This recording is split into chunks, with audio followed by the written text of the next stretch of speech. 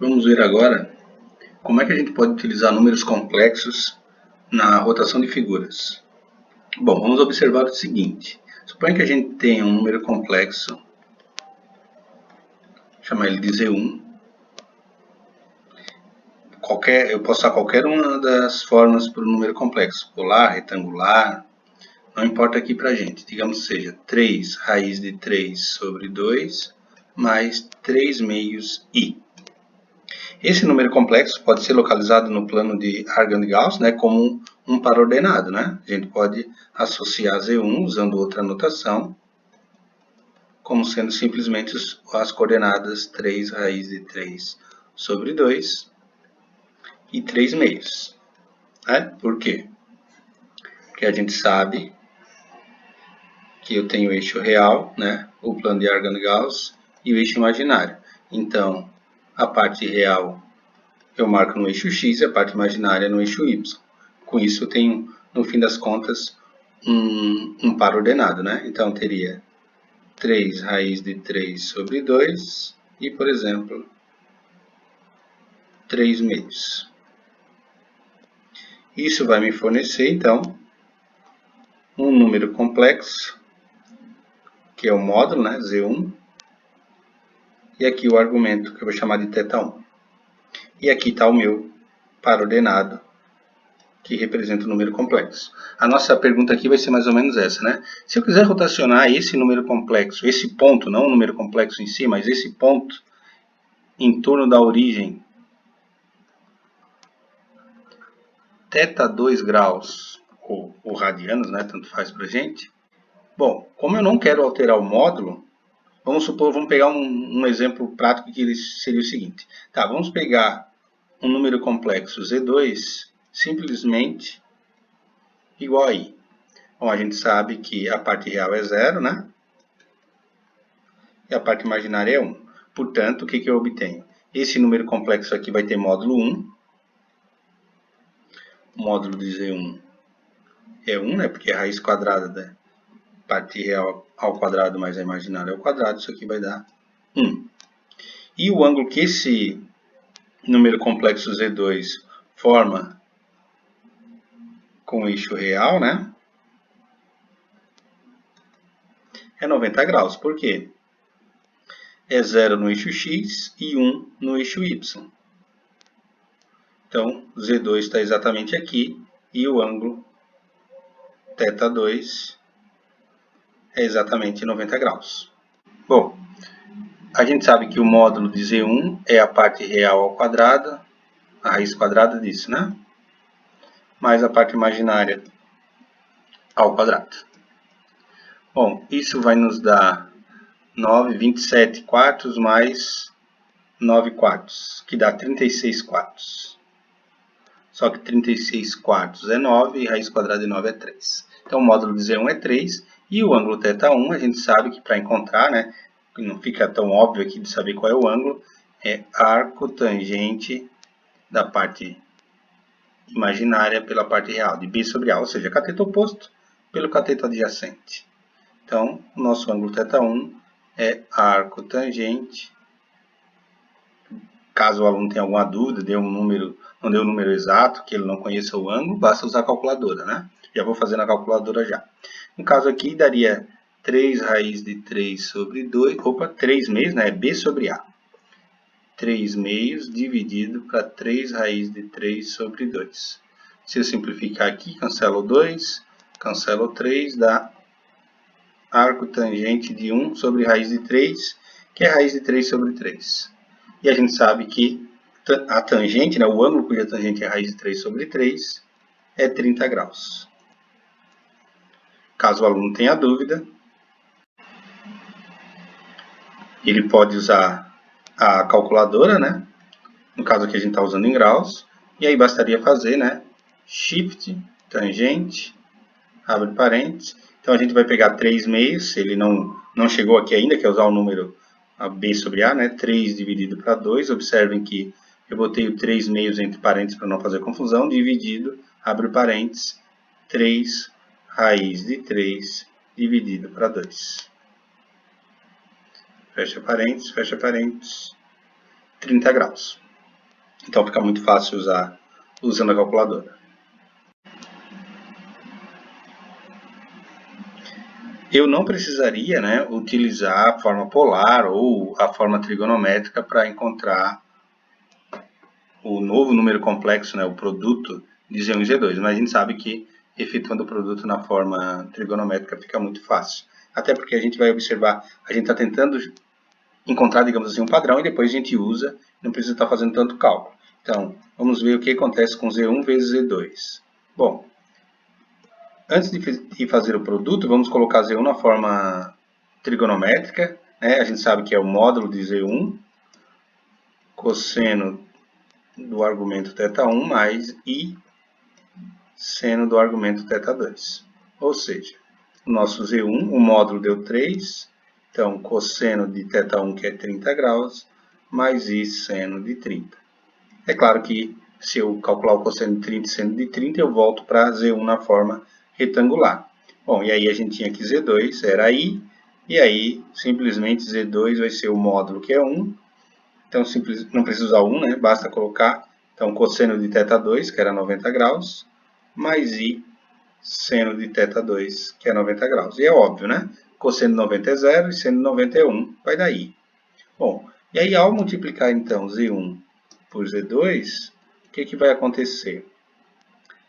A gente sabe, eu posso utilizar essas duas, eu vou fazer essas duas formas aqui, né? Mas basicamente o que se faz é, multiplica-se os módulos, Z1 vezes o módulo de Z2, e cosseno do θ1 mais θ2, soma-se os ângulos, né? Mais I seno de θ1 mais θ2. Por isso que vai ficar fácil encontrar essa rotação, né? Porque na forma polar eu simplesmente multiplico os módulos e somo os ângulos. Bom, Z1 vezes Z2 então é 3 vezes 1, cosseno de 30 mais 90, mais I seno de 30 mais 90. Aqui, esse parênteses aqui não tem.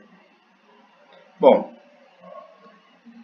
então o que eu encontrei entre o produto de Z1 vezes Z2?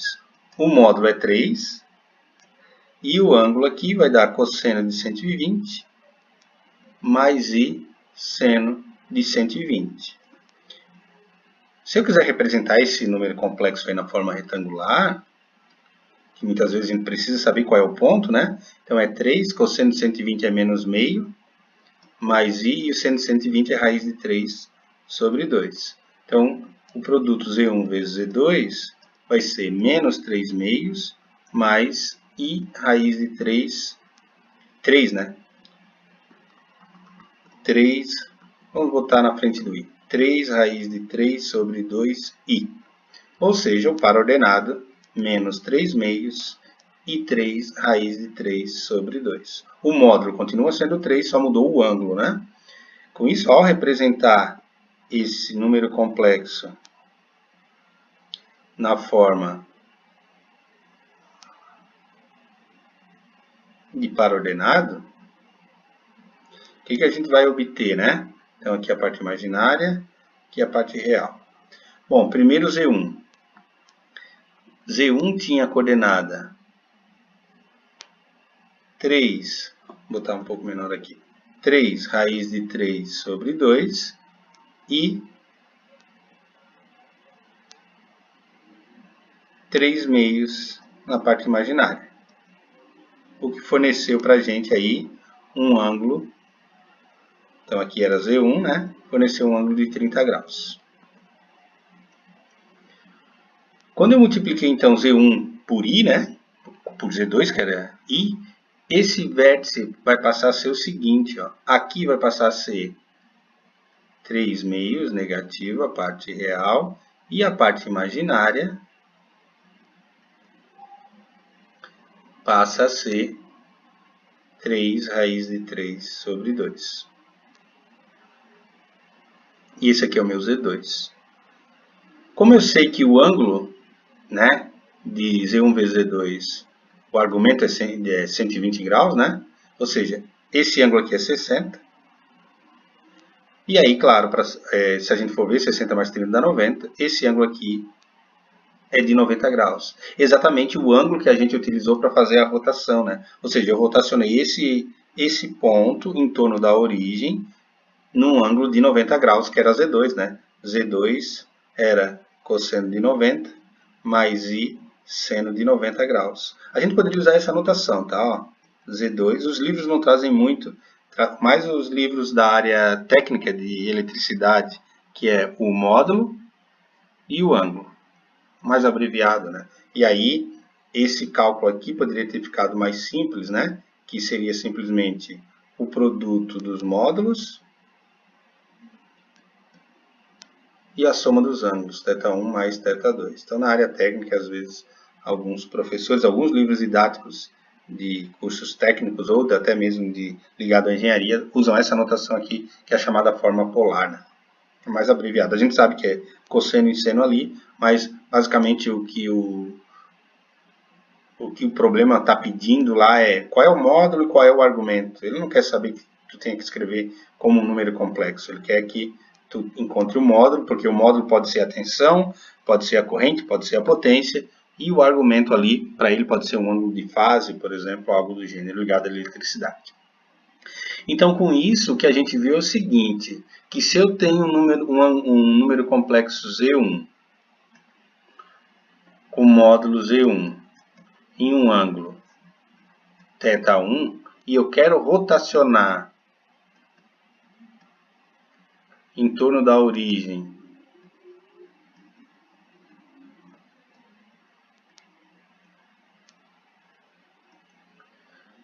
né, em torno da origem com um ângulo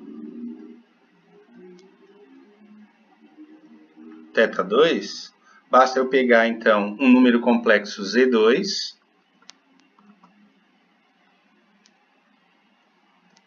com módulo 1 e um ângulo simplesmente θ2. E aí com isso, Z1 vezes Z2 vai dar o módulo de Z1 vezes o módulo de Z2, que é 1, e vai somar os ângulos θ1 mais θ2, e vai dar então o módulo de Z1. Tem que dar o mesmo módulo, né? O tamanho desses dois vetores aqui, por exemplo, devem ser o mesmo. E aí em eletricidade isso aqui é chamado de fasor. Esse vetor fica girando em torno da origem.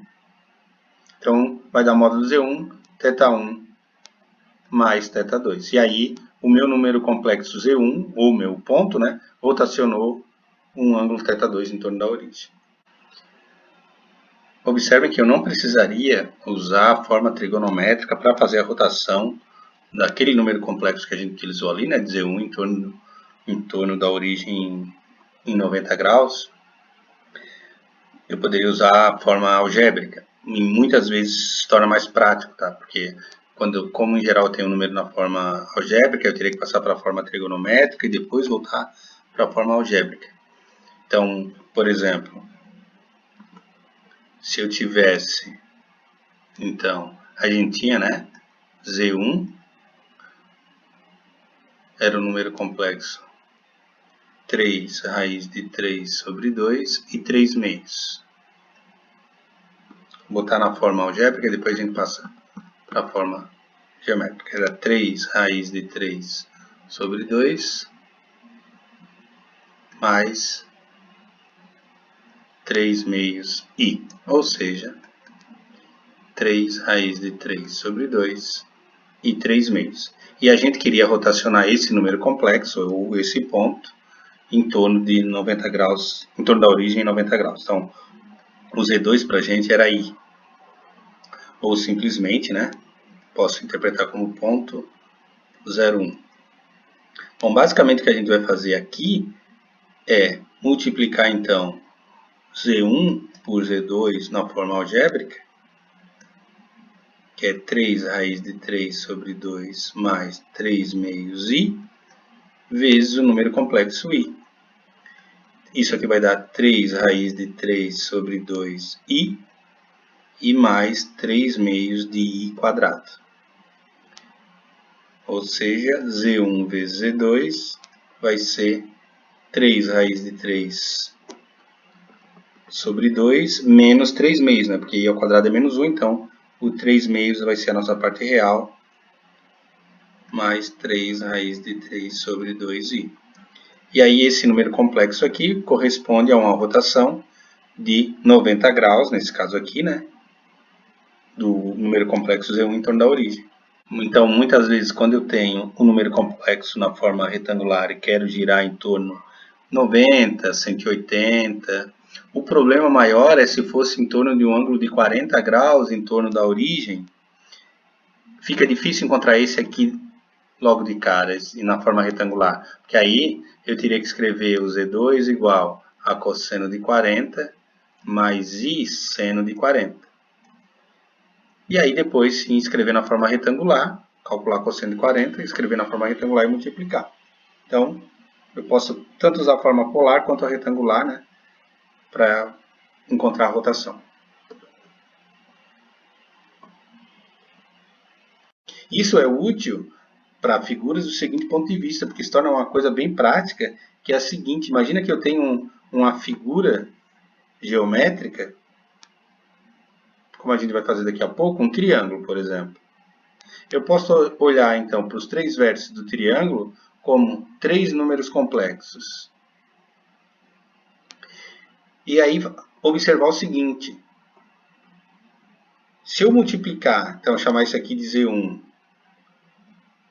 Z2 e esse número complexo de Z3, e digamos que eu queira girar, né, esse triângulo inteiro em torno da origem num ângulo θ2, ou seja, obter uma nova figura, né? Deixa eu botar um pouco menor aqui o meu. Obter o mesmo triângulo, claro, né? Porém, simplesmente rotacionado num ângulo θ2 em torno da origem, obtendo, né, novos vértices, claro, mas a proporção da figura vai ser mantida, uma vez que o módulo não é alterado. Bom, como é que a gente faz isso? Utilizando números complexos. Basicamente, o produto de cada um desses números complexos aqui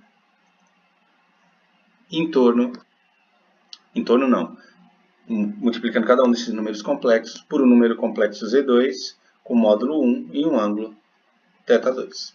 Vamos então resolver o seguinte exemplo. Dado o triângulo ABC de vértices conhecidos, determinar as coordenadas dos vértices do novo triângulo, A', B', C', obtido pela rotação do triângulo ABC em 270 graus em torno da origem. Claro, né, no sentido anti-horário, já que a gente viu que o número complexo, quando é multiplicado por outro, a rotação é no sentido anti-horário. Bom, o que acontece? Eu vou fazer o desenho aqui desse nosso triângulo, um rabisco, na verdade, né? Então, por exemplo, a cada 4 aqui, então digamos 2, 1, o vértice A, o vértice B seria 1, 2,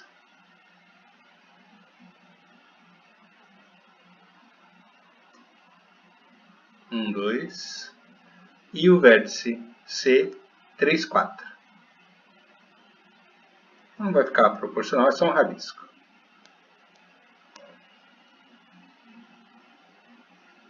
Bom, esse nosso triângulo aí, então, de vértices A, B e C, eu posso ignorar, digamos, a geometria do problema e observar, então, cada vértice como um número complexo. O vértice A chamado Z1, o B de Z2 e o C de Z3.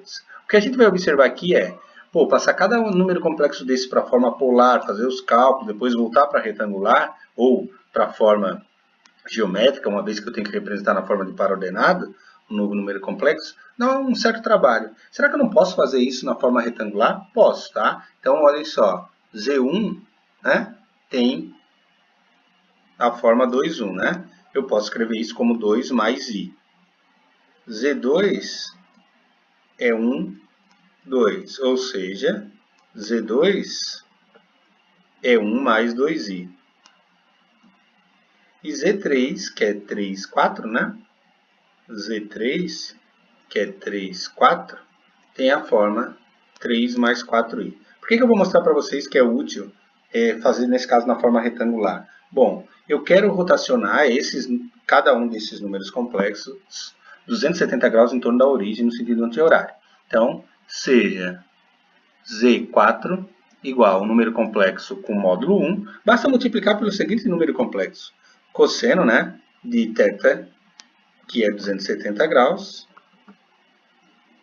mais I seno de θ, que é 270 graus, que é o ângulo que eu quero rotacionar.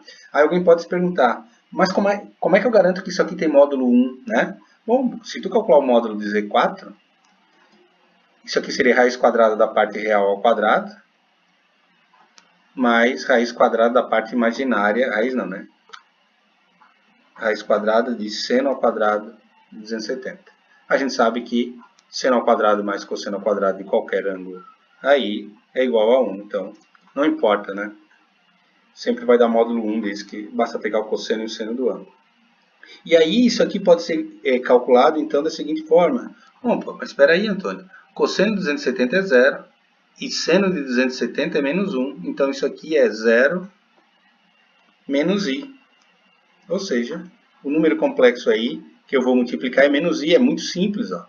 Com isso, para encontrar então quem vai ser o A', né, que é o vértice, o novo vértice correspondente à rotação de 270 graus em torno da origem do vértice A, é simplesmente multiplicar o Z1 por Z4.